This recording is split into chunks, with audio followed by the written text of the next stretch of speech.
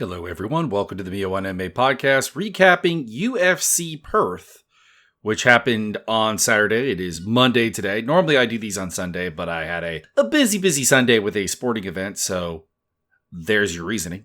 And no apologies. Anyways, this fight card was pretty low on the importance scale to begin with. There were a lot of fights here that were not impactful. I'm looking at Jack Jenkins versus Ramon Tavares. I'm looking at Jimmy Crute versus Ivan Ruslan. I'm looking at basically the entire card, with the exception of, I guess you could say, the main event. Jake Matthews versus Neil Magny. That was an important fight. Navajo Sterling versus Rodolfo Bellato.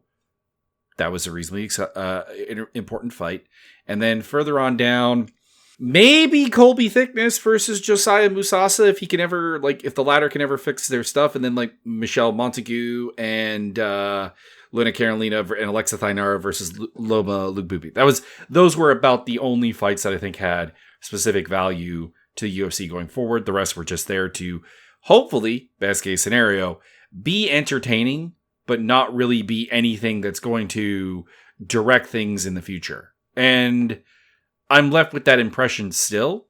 That being said, the fights that were not important were largely fairly exciting. Jimmy Crute versus Ivan Ruslan was a fun fight, even if it was not important. Tom Nolan versus Charlie Campbell was a fun fight, even if it was not important. Cam Roston versus Andre Petroski was a quick finish. And Brando Perisic versus Elijah Ellison, even though I feel really bad about it, is probably the fight that it probably was about as good as it could be, because it was two really unproven heavyweights and they got the job done quickly. So let's start with the main event. Carlos Ulberg versus Dominic Reyes. This was a bad fight from Reyes in general. He looked very lost at range. There wasn't a lot happening. This fight lasted a little over about 4.5 minutes, 16 total strikes landed, so not action-packed. But it was very clear that Ulberg was driving the action. He was the one who was comfortable fighting at range, and it was going to be up to Reyes to try to actually create the dynamic pocket exchanges that tend to produce his knockouts. And then he rushed in and got knocked out. So there you go. This has led to some discussion afterwards. Maybe there's a lot of people coming out with, if you picked Reyes, you were dumb. I don't think that's the case. I think that Ulberg's career has been kind of a weird one. It's been melting guys who are just not very good, and then really kind of scraping by against your Volkan Oezdemirs and Jan Blachowicz. So I think it was perfectly fine to think Reyes had a shot in this. I didn't obviously pick him. I picked Ulberg. But I don't think it's a problem. I think that this does confirm, though, that Reyes is not actually getting better. The issue for Reyes is that it seems like he seems to have really no idea how to close the distance to create the exchanges he needs to make happen. And the reason that has not prevented him from fighting for, a title is the fact that he is 6'4" and has a very long reach. So most people have to come to him. But you get someone like Ulberg, who actually has a range game and a reach parity. They have literally the same height, same reach, and he doesn't really have a way to navigate that.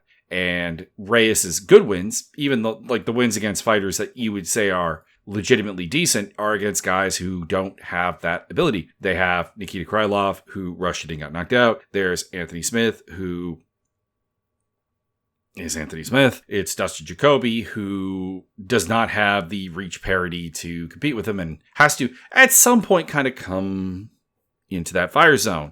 And even if you look at, Ryan Spawn kind of did a similar job to what Ulberg did here, as odd as that is. And Jan Blachowicz was able to largely do the same things to him as well. I'm not going to talk about the Yuri Prohaska fight, because Prohaska is his own unique, special, chaotic snowflake. But yeah, you look at his good wins, those three I just talked about, and then the Weidman and the Ovince Prue fight and the Jared Cannonier fight and the Volkan Oezdemir fight. They're guys that are not actually terribly threatening at range.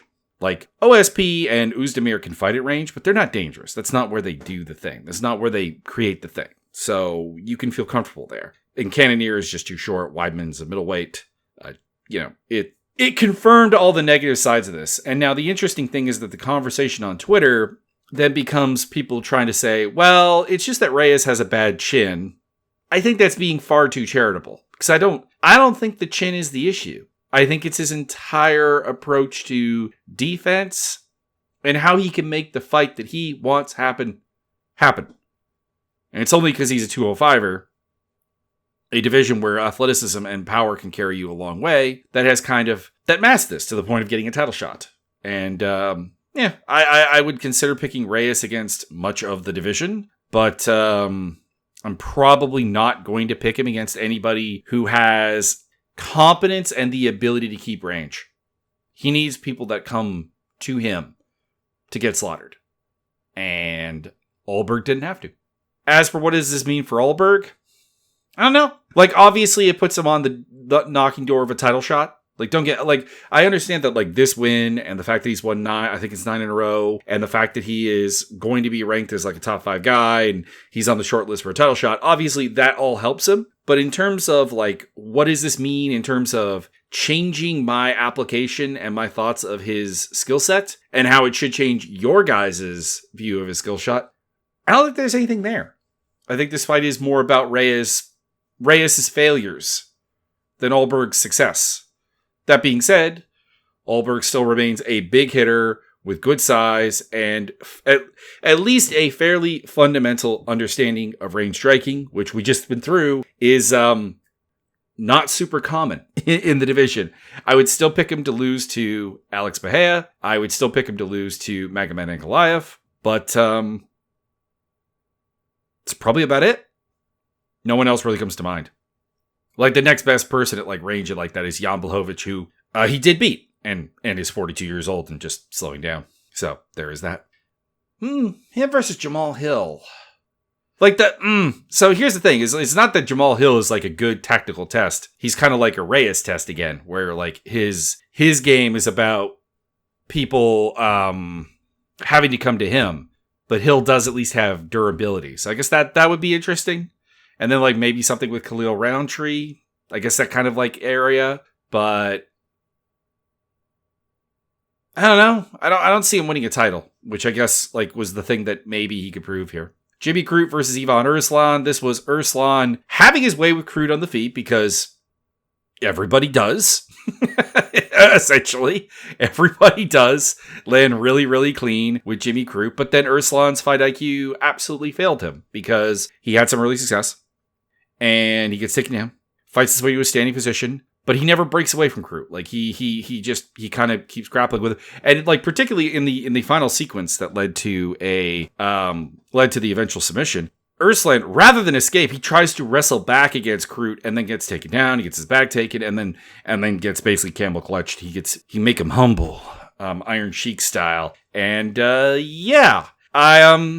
I don't know if this means anything for Crute going forward. This is another case of, like, you won. It was by first round stoppage. Congratulations. You get that on your resume. It helps you in all those things. But this is more about just, like, Arslan not actually being a UFC level talent.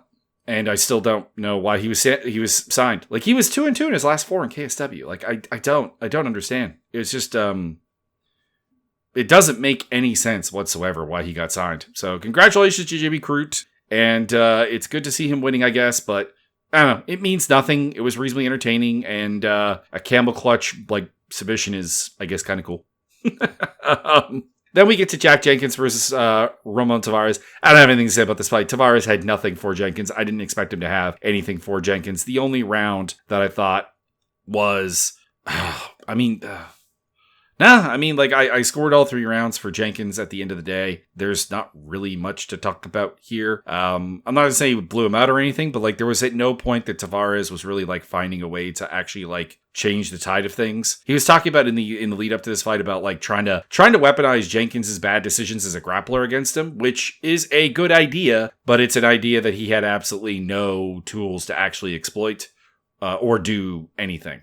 So complete failure in that regard, and he missed weight again. So I suspect we'll probably see him get shown the door. He's one of 2 fighters coming off this card that I am fairly certain will just get cut because they're not good. And he missed weight a weight class up from where he used to be. So he pulled the Brian Battle here, and I don't if they're willing to cut Brian Battle, they'll they'll cut Tavares. So that's all I have to say. And then Neil Magny versus Jake Matthews. And oh my God, I was so close to believing. I was so close. Okay, well, let's get through the controversy first. Near the end of the first round, a round that I thought was fairly even up until this, Matthews gets a pretty good guillotine choke.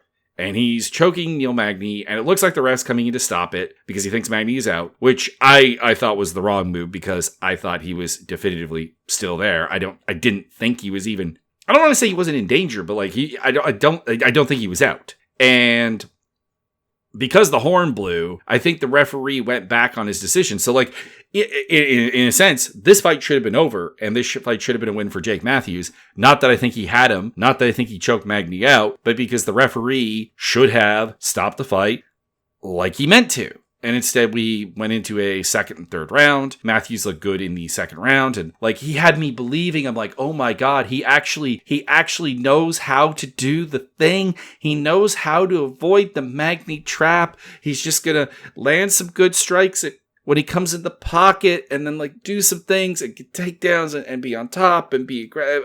And then he got Neil Magny. Round 3 comes around, and Magny gets him down on the ground and ends up Darce choking him. And Neil Magny is going to continue doing Neil Magny things, I guess, until he, I don't know. Like, it feels like his physicality should have fallen off, like, a while ago, but it still works. And this was my last loss betting-wise of the night, and I'm happy I didn't get tempted into betting on Jake Matthews, because I remember looking at the odds and him being like minus 400, minus 500. I was like, nope, no, thank you, not touching that with a 10-foot pole, no interest, zero, zilch, nada, and I'm happy I didn't.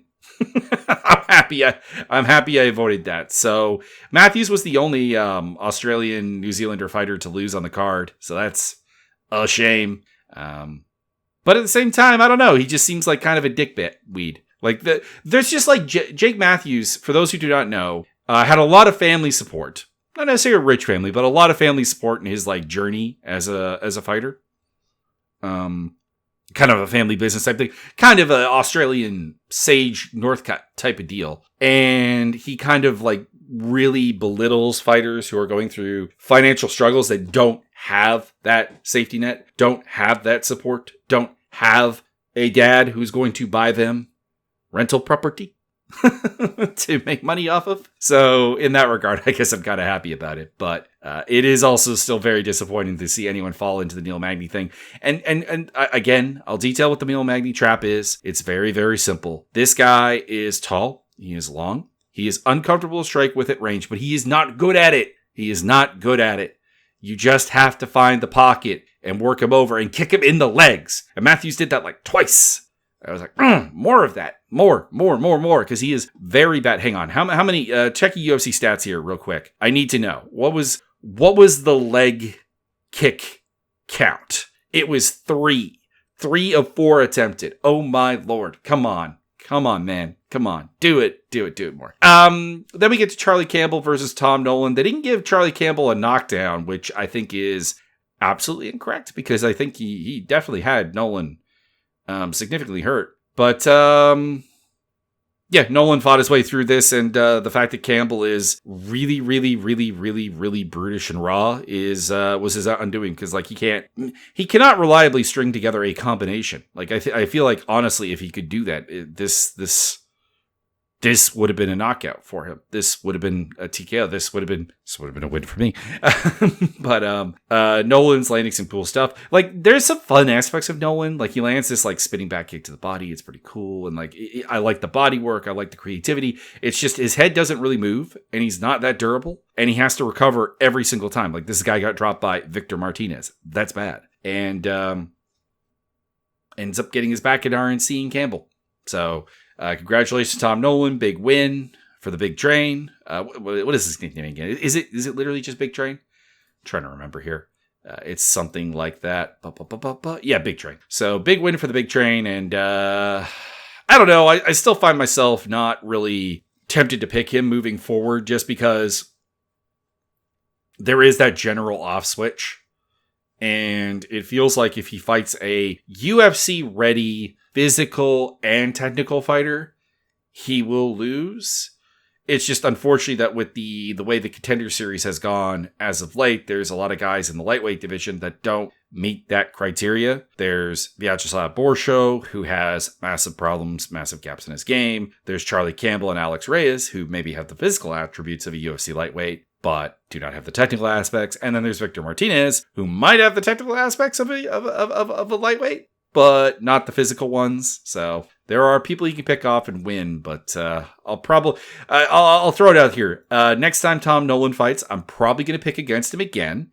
And you should maybe, I don't know, what is my record in Nolan fights? I'm kind of curious. I'm coming off a loss of his right now, so maybe I'm not feeling great about it. I picked him to beat Reyes. I picked him to beat Martinez. That's not really a problem. I picked Mota to beat him, so I was 3-0. It's only the last two. I did think Borsho's striking would carry him through, and I thought Campbell would knock him out. So it's only a recent thing, but still, I'm 0 for 2 on his fights lately. Navajo Sterling versus Adolfo Bellato. I was disappointed by Bellato not going for broke.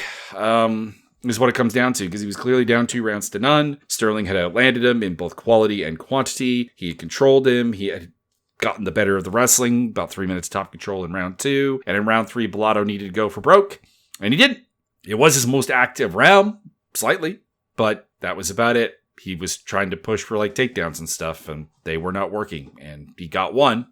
That was about it. So, yeah, Navajo Sterling gets another win by decision. It continues to be a weird thing with him because I see all the ingredients of a very, very good fighter, but it feels like in every single fight he's had, the Bellato fight, the Tukatokas fight, the Ivan Urslan fight, that realistically, I mean, we kind of saw it with Urslan getting finished by Crute here. It feels like these are guys he should be finishing, and he's not. That's the concern. Is there just like no power to him?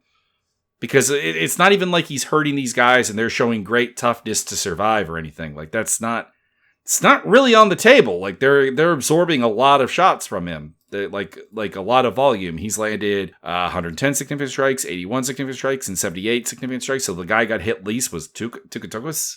I don't know. That might be something that's just missing from him. And at 205, that's a massive limitation. Then we had Cam Roaston knock out Andre Petrosky. Not surprised. I picked Petrosky to win, so I'm not going to claim like victory here. But Petrosky doesn't really move his head, doesn't really have defensive striking, and I'm left with the exact same questions I had about Roaston going in, which is essentially the wrestling game. He is big enough. He is athletic enough. He is got some power in his hands and everything, but Petrosky struck with him and didn't go for takedowns. So same question is in play. Jamie Malarkey outworked Rolando Bedoya. I don't have much else to say about that. Bedoya just feels like he is he's not good enough. He's not good enough. There's a nice action fighter potentially unlockable in him, but like he was far too passive in this fight, and it's a feature of him in other fights as well, where there's just not enough definition to the fight.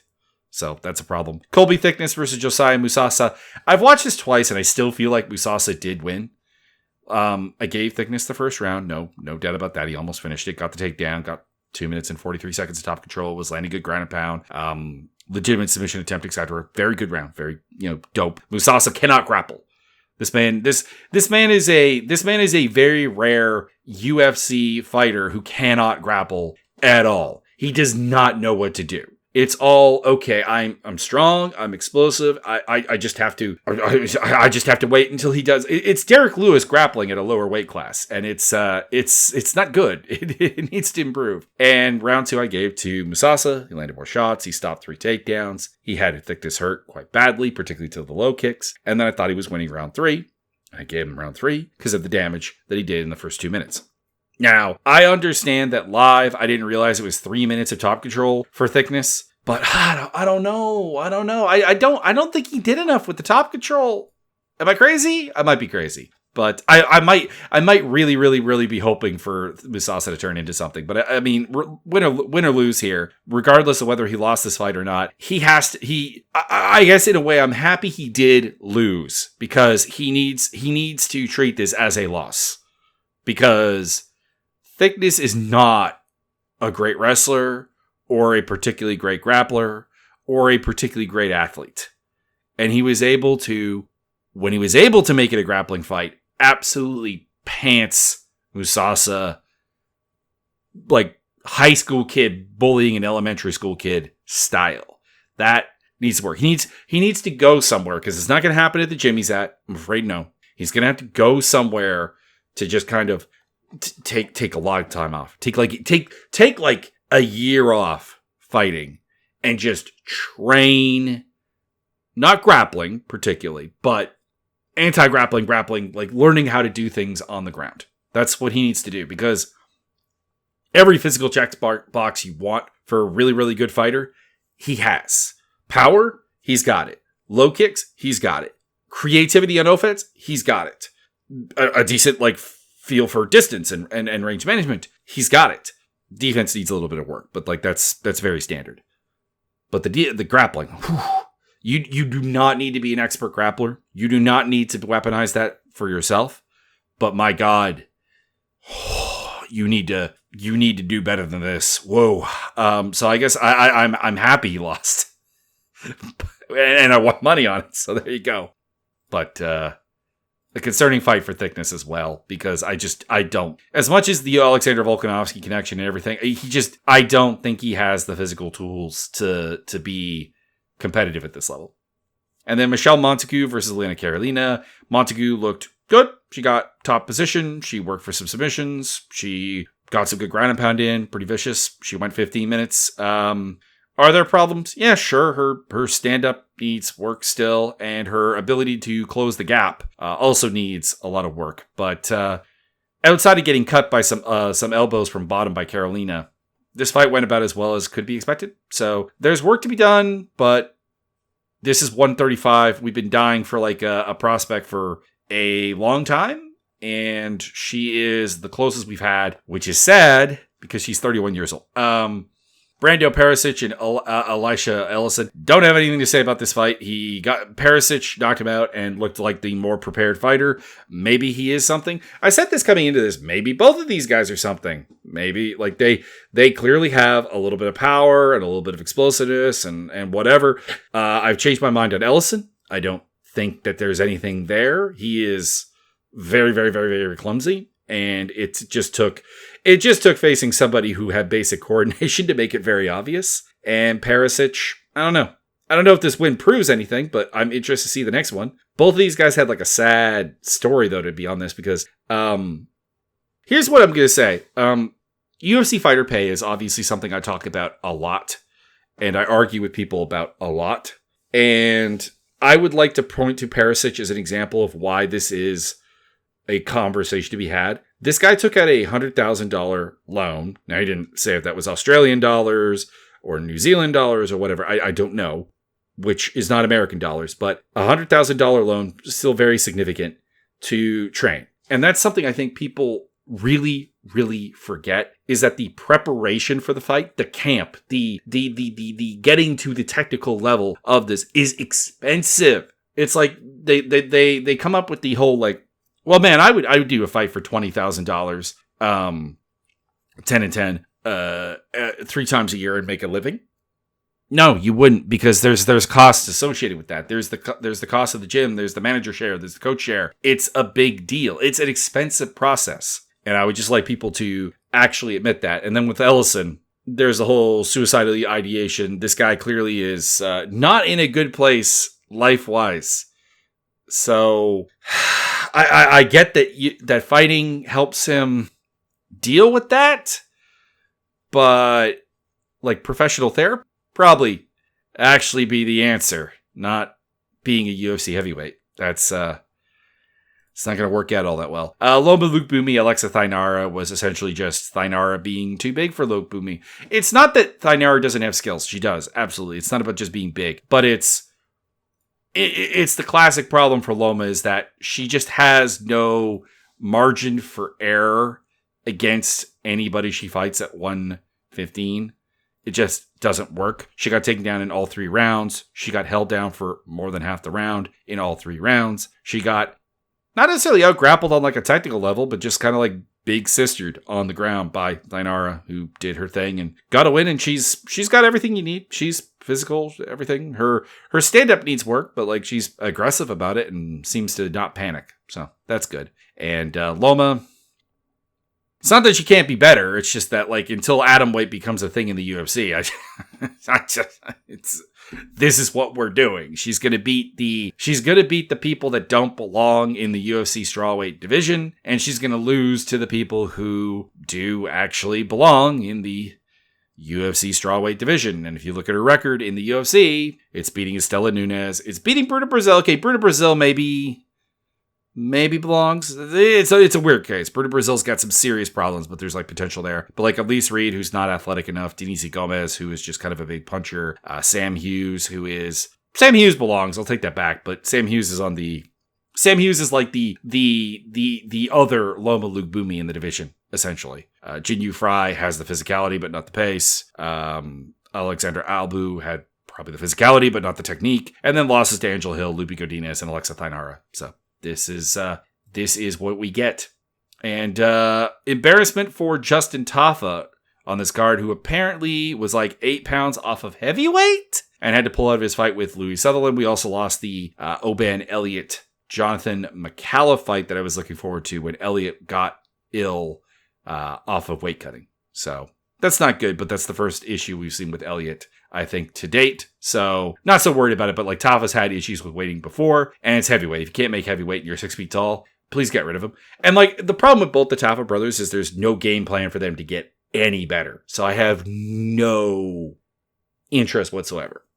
Kind of remind me of the Zaitar brothers a little bit, because they're brothers, but also because they have their presence in the UFC confuses me.